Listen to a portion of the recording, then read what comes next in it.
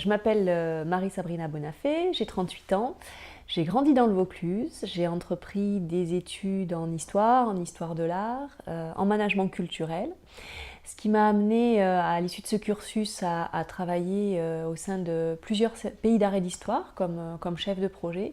Les pays d'arrêt d'histoire, ce sont des collectivités qui mettent en valeur le patrimoine au service des touristes, mais aussi de la population locale. Et c'est dans ce cadre-là que je suis arrivée dans le Gers en 2009.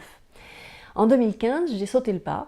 Je me suis lancée dans la création de Passe en Gers en compagnie d'une équipe de guides conférencières, donc des guides conférencières professionnels, ancrés localement, que je connaissais bien et qui avaient toute envie de se lancer sur un projet commun de mise en valeur du patrimoine gersois pour partager notre passion du patrimoine avec le public.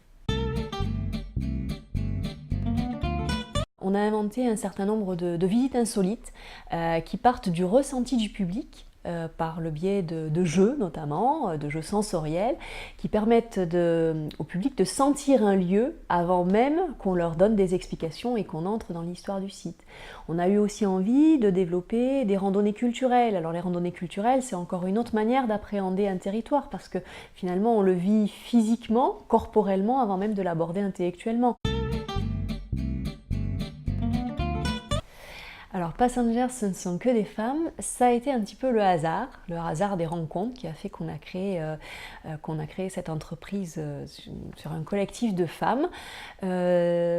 Hasard de rencontres, hasard de compétences. Il est vrai néanmoins que dans le métier de guide, il y a beaucoup plus de femmes que d'hommes aussi. Ça n'empêche pas d'évoluer. La mixité est plutôt une bonne chose au sein d'une entreprise, donc ça n'empêchera pas d'évoluer au fil des compétences. Là, nous sommes en train de travailler aussi, par exemple, sur des projets de jeux vidéo ou d'applications mobiles autour du patrimoine. Et les partenaires que nous avons rencontrés sont des hommes de très grande qualité et nous espérons pouvoir travailler avec eux sur ces projets-là.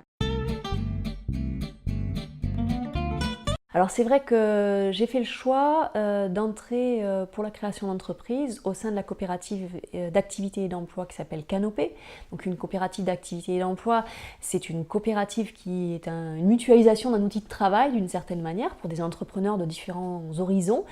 Mais ce n'est pas que, on va dire, une mutualisation de nos charges comptables et administratives. C'est aussi tout un accompagnement dans la création de la stratégie de l'entreprise, dans la recherche des supports de communication les plus pertinents, dans des pistes de développement qu'on n'aurait peut-être pas pensé à explorer seul. L'avantage d'une coopérative d'activité et d'emploi aussi, c'est le fait que, comme je viens de le dire, il y a des horizons extrêmement différents. On a des graphistes, des webmasters, des créateurs de jeux vidéo, des traducteurs, qui sont finalement autant de partenaires potentiels avec lesquels on peut travailler en toute confiance.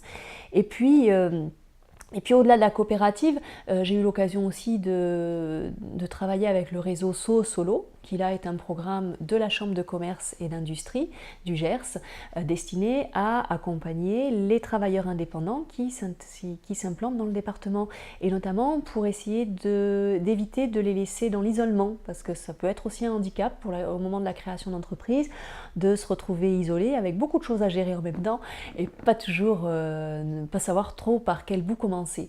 Et finalement, mettre en réseau les différents entrepreneurs indépendants, là aussi, permet de relativiser les problèmes que l'on a dans le quotidien, parce qu'on a tous finalement les mêmes problématiques dans la création d'entreprise, et puis d'être mis en lien avec d'autres horizons professionnels qu'on n'aurait pas pensé à solliciter. Alors je conseillerais entre autres de prendre le temps de poser les choses par écrit. C'est vrai qu'on a souvent beaucoup d'idées, et des idées qui viennent par bribes.